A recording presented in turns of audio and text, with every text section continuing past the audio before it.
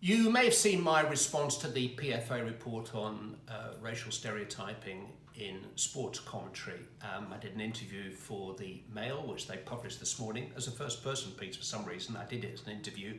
Look on my IG stories if you want to see what I said.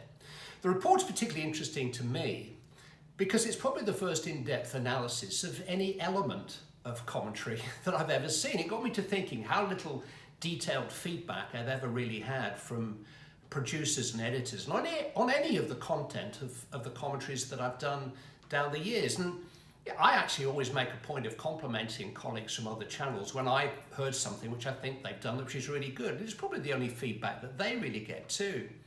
I suppose you could argue that we only need to look at our @ mentions if we want feedback. Yeah, okay, there's feedback and there's feedback. Feed, flag.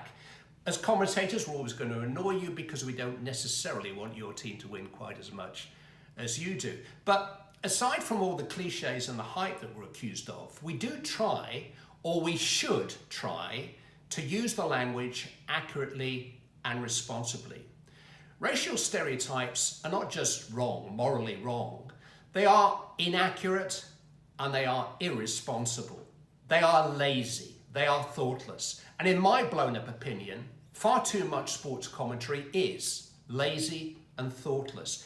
I think to the point where I'm not sure that you, the viewer, the listener, really cares anymore, really pays any attention. I've been commentating mainly in meters rather than yards for the last year or so because I figure that half the audience is probably thinking in meters now.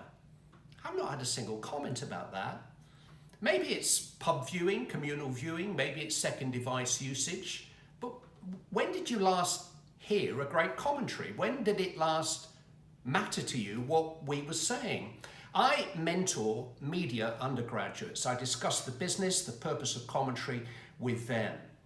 Does anyone discuss that with the co-commentators that step straight off the field as ex-players and pick up a mic? Does anyone brief them on the thought processes and the responsibilities that come with broadcasting, with proper communication?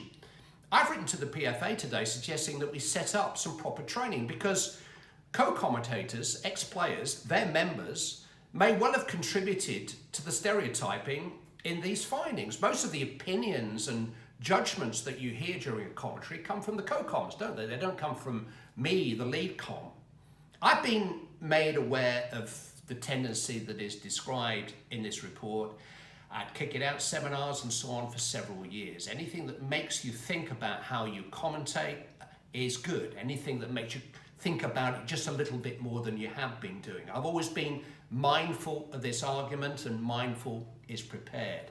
You've seen how I prepare on the commentary charts that we published on the website, but preparation isn't all about neat writing and facts and figures. It's about thinking what you're going to say and how you're going to say it, preferably before you say it.